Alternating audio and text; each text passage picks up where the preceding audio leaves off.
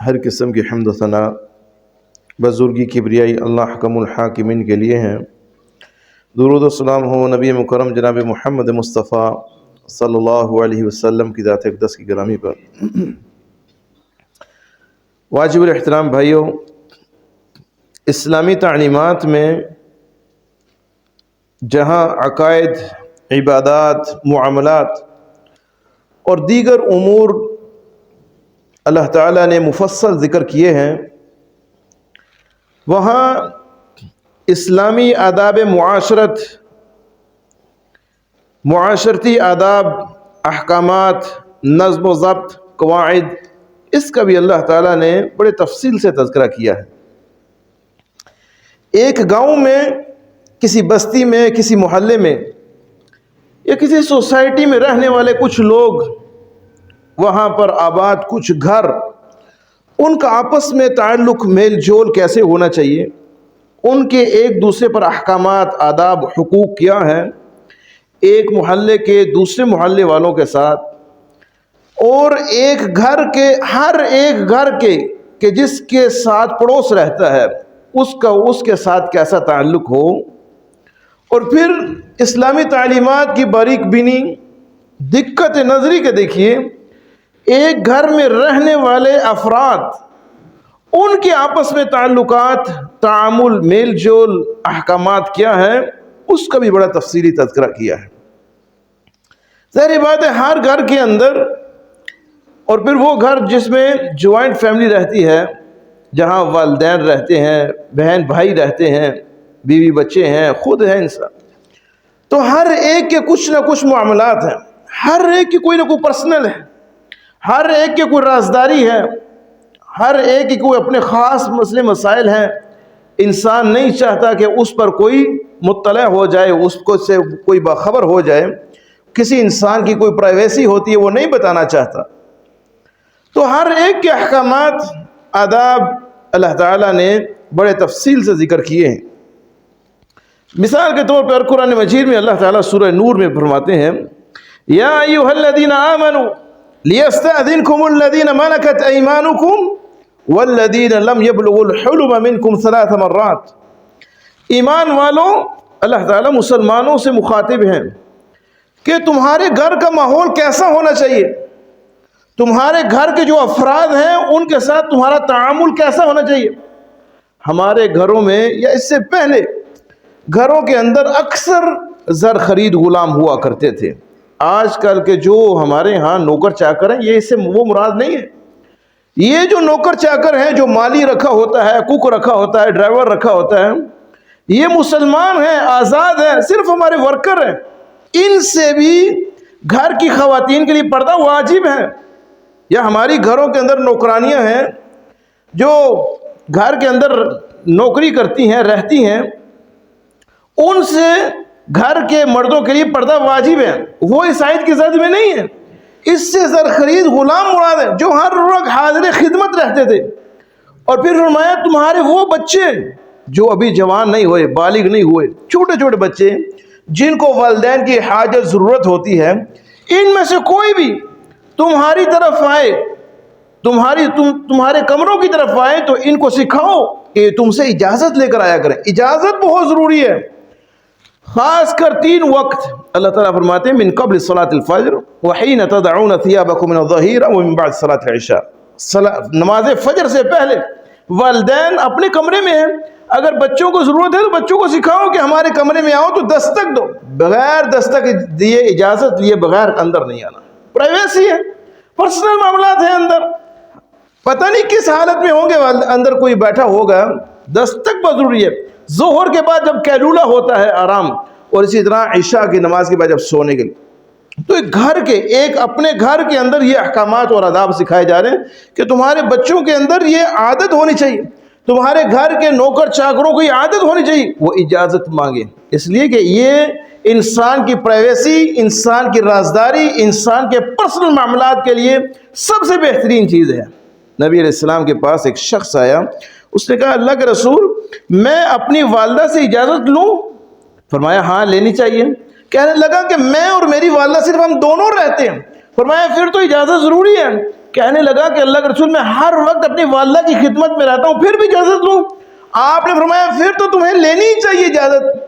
پھر رازداری کا ایک نقطہ بتایا، اتحب ان تراہا مکروہا، کیا تو چاہتا ہے کہ تو اپنی والدہ کو ایسی حالت میں دیکھے کہ جس کو دیکھ کر تو شرما جائے؟ فرمایا نہیں اللہ کے رسول میں نہیں چاہتا۔ پھر خود ہی کہنے لگا ہاں اب اس کے بعد میں ضرور اجازت لیا کروں گا، میں اپنا گھر ہے اور سکی والدہ ہے لیکن ادب سکھایا۔ امام عطا بن ابی رباح رحمہ اللہ فرماتے ہیں کہ میں نے اپنے استاد عبداللہ بن عباس رضی اللہ عنہ سے پوچھا کہ میرے گھر میں 2 بہنیں ہیں، میں جب گھر جاؤں تو اجازت لیا کروں؟ کہا ہاں لینی چاہیے۔ کہتے ہیں میں نے پھر بات کو دہرایا کہ میرے گھر میں صرف میری 2 سکی بہنیں ہیں جن کی کفالت کی ذمہ داری مجھ پر ہے، میں جب اپنے گھر میں جاؤں تو اپنی سکی بہنوں سے تو عبداللہ بن عباس کہنے لگے هل تحب ان تراہما عریتان، تو پسند کرتا ہے کہ تو اپنے گھر میں تب داخل ہو تو تو اپنی بہنوں کو برہنہ دیکھے؟ ہو سکتا ہے ان کے سر سے دوپٹہ اترا ہو سکتا ہے وہ کپڑے چینج کر رہی ہو سکتا ہے کہ وہ کس حالت میں ہو، تو ان کو برہنہ دیکھنا چاہتا ہے؟ کہنے لگا نہیں۔ کہا پھر اجازت ضروری ہے۔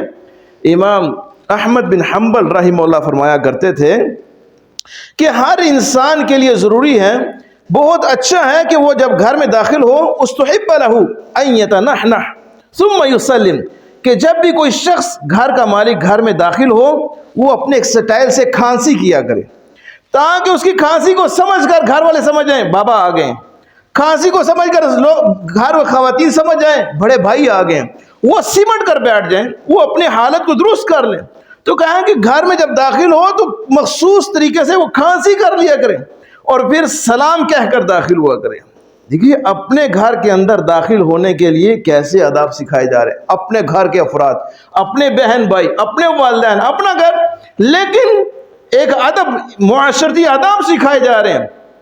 اور آپ اندازہ کیجئے کہ جب آپ ہم کسی دوسرے گھر میں داخل ہوں گے، اوس پڑوس کے گھر میں، ان کے گھروں میں جائیں گے، اپنے قریبی رشتہ داروں کے گھروں میں جائیں یا کسی اجنبی کے گھر میں جائیں تو اس کے لیے کیا احکامات ہوں گے؟ یاد رکھیں ہر انسان کا ہر گھر کے ساتھ کوئی نہ کوئی پڑوسی ضرور ہوتا ہے۔ پڑوسی یا تو اپنے قریبی رشتہ دار ہوں گے، یا تو پھر کوئی اجنبی مسلمان ہوگا، یا تو پھر کوئی کافر ہوگا۔ تینوں صورتوں میں اسلام یہ کہتا ہے آپ کے لیے ضروری ہے آپ اس کی عزت کریں، آپ اس کو تکلیف نہیں دیں گے، اس کی ضروریات کا خیال رکھیں گے، اس کی مشکلات میں اس کی مدد کریں گے، چاہے وہ آپ کا پڑوسی قریبی رشتہ دار ہو، چاہے وہ آپ کا پڑوسی کوئی اجنبی مسلمان ہو، چاہے آپ کا پڑوسی وہ کافر ہو۔ حق کے پڑوسی حق کے پڑوس رکھتے ہوئے وہ یہ حق رکھتا ہے کہ آپ اس کو تکلیف نہیں دیں گے۔ اس قدر اسلام کے اندر امام مجاہد بیان کرتے ہیں، وہ فرماتے ہیں کہ میں ایک مرتبہ عبداللہ بن عباس رضی اللہ عنہ کے پاس گیا تو وہاں دیکھا کہ ان کا غلام جو ہے وہ ایک بکری کی کھال اتار رہا ہے۔ عبداللہ بن عباس بار بار اسے کہہ رہے ہیں جب کھال اتر جائے تو سب سے پہلے میرے پڑوسیوں کو دے کے آنا گوشت، کھال اتر جائے تو سب سے۔ وہ خادم تنگ آ کر کہنے لگا کہ میں نے سن لیا، آپ کتنی مرتبہ اس بات کو دہرائیں گے، کیوں بار بار آپ کہہ رہے ہیں؟ تو عبداللہ بن عباس کہنے لگے کہ اسی طرح مسلسل اللہ کے رسول ہمیں پڑوسیوں کے بارے میں وصیت کرتے، ہمیں خدشہ ہوتا کہ آپ پڑوسیوں کو ہماری وراثت کا کہیں حقدار نہ بنا دیں۔ اور صحیح بخاری میں ہے کہ نبی صلی اللہ علیہ وسلم نے فرمایا کہ مجھے جبرائیل، دیکھیے معاملہ کتنا اہم ہے، مجھے جبرائیل بار بار وصیت کرتے رہتے پڑوسیوں کے حقوق کے بارے میں، مجھے خدشہ ہوتا ہے کہ کہیں پڑوسیوں کو وراثت میں حقدار نہ ٹھہرا دیا جائے۔ تو پڑوسیوں کا خیال رکھنا، ان کی تکالیف کو دور کرنا، ان سے معاونت کرنا، ان کو تکالیف نہ دینا، یہ پڑوسیوں کا حق ہے جو ہر انسان کے ذمہ ہے۔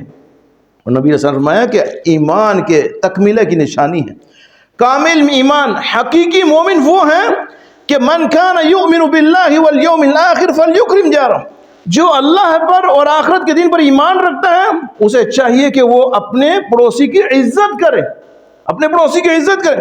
ایک شخص نے کہا اللہ کے رسول،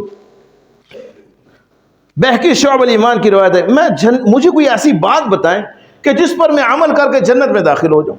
نبی علیہ السلام نے فرمایا کہ تو نیک انسان بن جا، نیک انسان بن جا، تجھے یہ نیک انسان بننا ہی تجھے جنت میں داخل کر دے۔ کیا نبی علیہ السلام سے پوچھا اللہ کے رسول وہ معیار کیا ہے، میں کیسے پرکھوں گا، کون سلیکشن کرے گا کہ میں نیک انسان ہوں؟ فرمایا تیرے نیک ہونے کا اور تیرے بد ہونے کا جو معیار ہے وہ تیرا پڑوسی ہے، اپنے پڑوسی سے ملو، اس سے پوچھو کہ میرے بارے میں آپ کے کیا تاثرات ہیں. اگر تو وہ کہے کہ آپ ملتے ہی نہیں ہیں، بڑے اچھے انسان ہیں، آپ کبھی کبھی موقع دیا کریں، یار ہمارے ساتھ بیٹھ کبھی چائے پی لیا کریں، کبھی آپ کو اس طرح کی اچھی باتیں کریں، آپ کے بارے میں فکر مند رہے، سمجھو تم اچھے انسان ہو اور تمہارا یہ اچھا ہونا تمہارے جنتی ہونے کی نشانی ہے.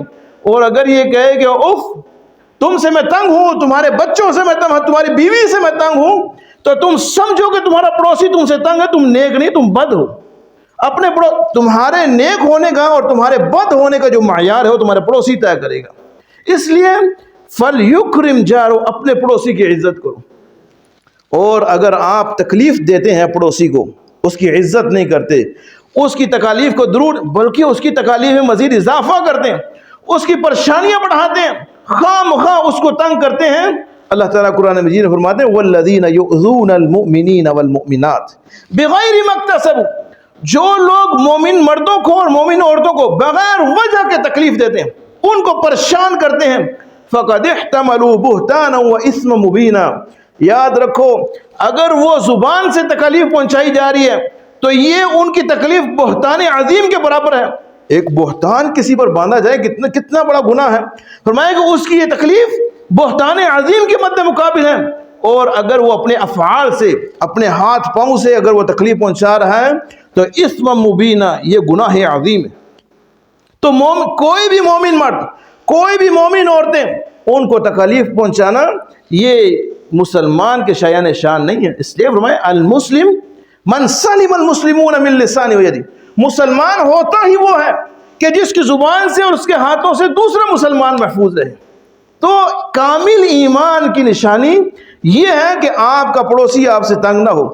اگر آپ کا پڑوسی آپ سے تنگ ہے تو آپ کا ایمان کامل نہیں ہے، آپ کا ایمان ناقص ہے. نبی رسول اللہ نے فرمایا، صحیح بخاری میں روایت ہے، واللہ لا یؤمن، واللہ لا یؤمن، واللہ لا یؤمن، اللہ کی قسم وہ شخص مومن نہیں ہے، وہ شخص مومن ہے. 3 مرتبہ صحابہ اکرام فرمانے لگے، 3 مرتبہ فرمانے کے بعد قیل ومن یا رسول اللہ، کہ رسول کون ہے، کس کے بارے میں آپ فرما رہے ہیں کہ وہ شخص مومن نہیں ہے؟ فرمایا الذی لا یأمن جارہ بوائقہ، وہ شخص کہ جس کے شر سے اس کا پڑوسی محفوظ نہیں ہے، جس کے شر سے، جس کی اذیت سے، جس کی تکالیف سے اس کا پڑوسی محفوظ نہیں ہے، وہ مومن نہیں ہے. اور اگر اس کی تکالیف مسلسل رہتی ہیں، اس کی طرف سے اذا مسلسل رہتی ہیں، تو فرمایا لا يدخل الجنہ من لا یأمن بوائقہ، من لا یأمن جارہ بوائقہ، کہ وہ شخص جنت میں داخل نہیں ہوگا کہ جس کا پڑوسی اس کی تکالیف سے تنگ ہے. یہ مسلسل جو تکالیف دیتا ہے، فرمایا کہ وہ جنت میں. اب دیکھیے کمال ایمان کی نفی اللہ کے رسول نے کر دی اور قسم اٹھا کر دی کہ پڑوسیوں کو نقصان نہیں پہنچانا، پڑوسیوں کو تکالیف نہیں دینی. جب ایک پڑوسی دوسرے کو تکلیف نہیں دے گا، دوسرا وہ اپنے پڑوسی کو تکلیف نہیں دے گا، وہ اپنے پڑوسی کو تکلیف نہیں دے گا، کیا سمجھتے ہیں کہ اس معاشرے کے اندر کبھی کوئی فساد ہوگا؟ کبھی کوئی ایسے معاملات ہوں گے کہ بچوں کی وجہ سے والدین آپس میں جھگڑ پڑیں اور سالوں سال ناراض رہیں، کبھی کسی کی موت فوت پر نہ جائیں، خوشی غمی میں نہ جائیں؟ بات یہ ہے کہ آپ عزت دیں، عزت دیں اور عزت لیں اس سے.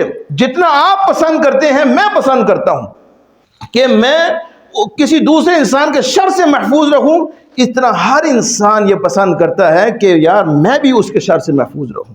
اس لیے عزت دیں اس کو. فرمایا کہ وہ شخص جنت میں ایک صحابی نبی اسلام کے پاس آیا، اللہ کے رسول میں اپنے پڑوسی سے بڑا تنگ ہوں، آپ کچھ حل نکالیں. آپ نے فرمایا ارجع فاصبر، واپس جاؤ اور اس کی تکالیف جو آ رہی چھوٹی موٹی صبر کرو، صبر کرو، اللہ اجر دے گا. دوسری مرتبہ پھر آ گیا، تیسری مرتبہ جب وہ حاضر ہوا، اللہ کے رسول میں بڑا تنگ ہوں، مجھے پڑوسی تنگ کر رہا ہے. تو آپ نے فرمایا ایسے کرو، اس کا حل یہ ہے کہ اطرح متاعک علی الطریق، اپنے گھر سے سامان نکالو اور باہر راستے پر رکھ دو. وہ صحابی گئے، انہوں نے اپنا سامان نکالا اور باہر راستے پر رکھ دیا. اب وہاں سے لوگ گزرتے، لوگ پوچھتے ہاں بھائی کیا ہوا ہے؟ میں یہاں رہنا نہیں چاہتا، میں بڑا تنگ ہوں، مجھے میرا پڑوسی بڑا تنگ کرتا ہے، اس لیے میں یہاں سے منتقل ہونا چاہتا ہوں، کوئی جگہ نہیں مل رہی. اب لوگ جب وہاں یمرون الناس یلعنون، لوگ جب وہاں سے گزرتے تو لعن طعن کرتے، برا بلا کہتے. اب اس شخص نے دیکھ لیا کہ یہ ہر کوئی مجھے ملامت کر رہا ہے، ہر کوئی مجھے برا بلا کہہ رہا ہے، فوراً بھاگتا ہوا نبی اسلام کے پاس، اللہ کے رسول کہ یلعنون الناس، مجھے لوگ برا بلا، مجھ پر لعنتیں بھیج رہے ہیں. نبی علیہ السلام فرمایا لعنک اللہ قبل الناس، لوگوں کی لعنتوں سے پہلے اللہ کی طرف سے تم پر لعنتیں کی جا رہی ہیں جو تم نے حرکت کی ہے۔ اور نبی علیہ السلام سے معافی مانگنے لگا کہ آپ سے گزارش ہے انی لا اعود، آج کی بات نہیں کروں گا، ایک مرتبہ ان کو سمجھا دیجیے۔ اتنے میں وہ صحابی بھی جب انہوں نے دیکھا کہ اللہ کے رسول کے پاس جا رہے ہیں، وہ بھی دروازے پر پہنچ گئے، تو آپ نے ان سے فرمایا ارفع متاعک قد کفیت، بھائی اپنا سامان اٹھا لو، بس جو ہو گیا ہے، آئندہ یہ شخص ایسا نہیں کرے گا۔ تو پڑوسی کو تکلیف پہنچانے پر نبی علیہ السلام نے ایک حل نکالا کہ جس حال کے جو بڑا خود ہی شرمسار ہو گیا کہ میں آئندہ ایسے نہیں کروں گا، اور اس نے اس کے بعد کبھی تکلیف بھی نہیں پہنچائی۔ تو پڑوسیوں کی عزت کرنی چاہیے، ان کے حقوق بہت زیادہ ہیں۔ صحابہ اکرام کو نبی علیہ السلام خود آپ کو بھی خدشہ رہتا کہ کہیں ان کو ہماری وراثت کا حقدار نہ ٹھہرا دیا جائے۔ نبی علیہ السلام کے پاس ایک شخص آیا، اللہ کے رسول، ایک عورت کے بارے میں تذکرہ کیا جاتا ہے کہ وہ عورت نمازیں بہت کم پڑھتی ہے، وہ عورت روزے بہت کم رکھتی ہے۔ اس عورت کے بارے میں کہا جاتا ہے کہ وہ پنیر کے چند ٹکڑے اس کو میسر ہوں تو وہ صدقہ کرتی ہے، لیکن اس کی زندگی کی ایک خاصیت ہے جس خاصیت کی وجہ سے وہ بڑی ممتاز تصور ہوتی ہے۔ وہ خاصیت کیا ہے کہ اس کے شر سے، اس کی زبان سے اس کے پڑوسی محفوظ ہیں۔ فرمایا ہی فی الجنہ، وہ تو پھر دنیا میں جنتی عورت ہے کہ جس کی زبان سے، کہ جس کے شر سے اس کا پڑوسی محفوظ ہے۔ پھر فرمایا اللہ کے رسول ایک اور عورت بھی ہے ہمارے محلے میں، کثیر الصیام کثیر الصلاۃ کثیر الصدقہ، بہت صدقے کرتی ہے، بہت نیکیاں کماتی ہے، بہت نمازیں پڑھتی ہیں اور بہت صدقہ و زکوٰۃ کرتی ہیں، روزے بڑی رکھتی ہے، لیکن وہ اپنے پڑوسیوں کو تکلیف بڑی دیتی ہے۔ تکلیف ہے، اس کے پڑوسی اس سے بڑے تنگ ہیں۔ فرمایا پھر ان نمازوں کا کیا فائدہ، ان عبادتوں کا، ریاستوں کا کیا فائدہ، ہی فی النار، وہ دنیا کے اندر اگر ایسا کام کرے، اس کا پڑوسی اس سے تنگ ہے تو وہ جہنمی ہے۔ واضح فرمایا میں کہ اپنے پڑوسی کو تکلیف مت دو۔ ہمارے ہاں بہت سے کیسز ایسے ہیں کہ جو کبھی کبھار تھانے میں بھی چلے جاتے ہیں، کبھی کبھار پنچایتوں میں حل ہو جاتے ہیں، کبھی وہ جھگڑوں میں الجھے رہتے ہیں۔ اس کی ایک وجہ یہ ہے کہ ہمارے برے صغیر پاک و ہند کے اندر کچھ مکانوں کی کچھ سیٹنگ ایسی ہے۔ مثال کے طور پر بعض جگہ پر ہم دیکھتے ہیں کہ اگر اپنے گھر کی چھت پر ہم چڑھیں تو دوسرے گھر کا سارا صحن نظر آتا ہے، دوسرے گھر کا سارا ماحول نظر آتا ہے، یا اپنے گھر کے گیلری میں کھڑے ہو تو سامنے والے گھر کی ساری گیلری نظر آتی ہے۔ اور پھر بسا اوقات ایسے بھی ہوتا ہے کہ گھر کے اندر جو گیلری ہے، گیلری میں شیشے لگے، اندر ساری پرائیویسی ظاہر ہو رہی ہوتی ہے، ایسا بھی ہوتا ہے۔ بسا اوقات ایسے بھی ہم نے دیکھا ہے کہ محلے کے اندر، سوسائٹی کے اندر کچھ گھر ہوتے ہیں، گھروں میں ایک گھر بڑا اونچا ہوتا ہے جس میں وہ تیسری چوتھی منزل پر بچے کھڑے ہو کر شرارتیں کرتے ہیں، وہاں سے لوگ شرارتیں کر رہے تھے، سارے گھروں کا نظارہ کر رہے ہوتے ہیں، کسی کو پتھر مار دے، کسی کو سیٹی مار دے، کسی کو گالی دے رہی، تنگ کرتے ہیں۔ اور بس اوقات بعض گنجان علاقے ایسے بھی ہیں کہ جہاں چھوٹے چھوٹے گھر ہیں، گھروں کے ساتھ چھتیں ملی ہوئی ہیں، چھوٹی چھوٹی دیواریں ہیں، بچے یہاں سے پھلان کے وہاں گئے، وہاں سے وہاں گئے، اور جس فیملیاں گھر لوگ ڈسٹرب ہوتے ہیں، بعض گھروں میں مریض ہوتے ہیں، بعض میں سوئے ہوتے ہیں، لوگ تنگ ہوتے ہیں۔ یہ تنگی ہے، اذیتیں ہیں۔ تو یہ ہمارے ہاں بڑا ایک المیہ ہے کہ ایک گھر سے، اچھا اس کو معیوب ہی نہیں سمجھا جاتا، ایک چھت سے پھلان کر دوسری چھت پر جانا، وہاں سے پھلان کر تیسری، کبھی پتنگ بازی کے لیے لوگ جاتے ہیں، بچے جا رہے ہوتے ہیں، کبھی بال لینے کے لیے جا رہے ہوتے ہیں، کبھی کسی کام کے لیے۔ تو یہ یاد رکھیں کہ یہ جتنے بھی کام ہیں نا، کہ اپنے گھر کی چھت سے دوسرے کو گھروں کے نظارے کرنا، یا اپنی ونڈو کے اندر بیٹھ کر بلیک شیشوں میں سے دوسرے کے گھروں کے پرائیویسی ریکارڈ کرنا، بہت سے لوگ ایسا کام کرتے ہیں، غلیظ کام ہے، خبیث کام ہے، لوگ دوسرے گھروں کی پرائیویسی ریکارڈ کرتے ہیں۔ اگر پکڑے جائیں تو پرینک کہہ کر جان چھڑا لیتے ہیں کہ ہم پرینک کر رہے تھے، ویڈیو بنا رہے تھے۔ اگر نہ پکڑے جائیں تو ان کی اپنی موج ہے، وہ اس کو بلیک میل کرنا شروع ہے، شیطانی کام۔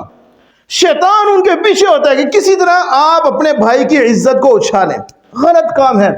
دیکھیے چھتوں پر پھلانکنا یہ شیطانی۔ نبی علیہ السلام نے ایک شخص کو دیکھا نا، وہ چھتوں پر کیا کر رہا تھا، کبوتر، اس چھت پہ کھڑا کبوتر پکڑ رہا، اس چھت پہ جا رہا۔ آپ نے اس کو دیکھ کر کہا الشیطان یتبع الشیطان، شیطان شیطانی کام میں ہے اور شیطان کے پیچھے چھتوں پر۔ اور پھر ایک طریقہ کار یہ ہے، اسلامی احکامات کیا ہیں، اسلام کا معاشرتی نظام اس میں کیا ہے۔ آپ کو کوئی حاجت ہے، کوئی ضرورت ہے کسی آپ کو اس گھر میں جانا ہے تو آپ سیدھے راستے سے جائیں، گھر سے جائیں، دروازے سے جائیں، جا کر دروازہ کھٹکھٹائیں۔ دیکھیے اسلام، دین اسلام یہ کہتا ہے، نبی اسلام یہ فرماتے ہیں، کودنا تو دور کی بات، چھلانگ لگانا تو دور کی بات، اس گھر کے اندر جھانکنا۔ فرمایا من اطلع فی بیت قوم من غیر اذنہم، جو کوئی شخص کسی دوسرے کے گھر کے اندر جھانکتا ہے بغیر اجازت کے، حل لہم ان یفقعوا عینہ، ان کے لیے حلال ہے کہ وہ اس کی آنکھ پھوڑ دیں پتھر مار کے۔ درست ہے، اگر وہ آنکھ، حضرت انس رضی اللہ عنہ فرماتے ہیں کہ نبی صلی اللہ علیہ وسلم نے فرمایا کہ اگر کوئی شخص کسی دوسرے گھر میں جھانکتا ہے بلا وجہ، اور وہ شخص اس کو کوئی چیز پتھر وغیرہ مار کر اس کی آنکھ پھوڑ دیتے ہیں تو ان پر کوئی قصاص نہیں ہے۔ نبی علیہ السلام اپنے گھر میں بیٹھے ہوئے تھے، ایک شخص آیا، اس نے دستک ہی نہیں دی، دروازے کے سوراخوں سے، لکڑی کے جو پھٹے لگے ہوتے ہیں نا، دروازے کے سوراخ سے دیکھ رہا تھا، تو نبی علیہ السلام اندر بیٹھے ایک کنگا نما چیز ہی آپ کھجا رہے تھے بالوں میں، تو آپ نے جب وہ سامنے ہوا تو آپ نے، اگر مجھے پتہ چل جاتا کہ تم میرے دروازے سے دیکھ رہے ہو تو یہ میں تمہاری یہ کنگا ہی میں تمہاری آنکھ میں مار کر تمہاری آنکھ پھوڑ دیتا۔ انما جعل الاستئذان لاجل البصر، بھائی اس مسئلے میں جو اللہ نے اجازت کا سلسلہ رکھا ہے، یہ اس نظر کی وجہ سے رکھا ہے کہ کوئی کسی کے گھر میں مت دیکھے، یہ اسی وجہ سے اجازت رکھی گئی ہے کہ کوئی اور تم بلا وجہ، بغیر وجہ کے اور بغیر اجازت لیے تم گھر میں جھانک رہے ہو۔ تو کسی گھر میں جھانکنے میں اگر کوئی شخص آگے سے تکلیف دیتا ہے، رپورٹ کر دیتا ہے، قانونی کارروائی کر دیتا ہے، تو یاد رکھیں کہ یہ اس کا ذاتی حق ہے کہ آپ اس کی پرائیویسی میں دخل دے رہے ہیں، آپ اس کے پرسنل معاملات میں جا رہے ہیں، آپ اس کے پرسنل ماحول میں جھانک رہے ہیں، آپ کو ایسا نہیں کرنا چاہیے۔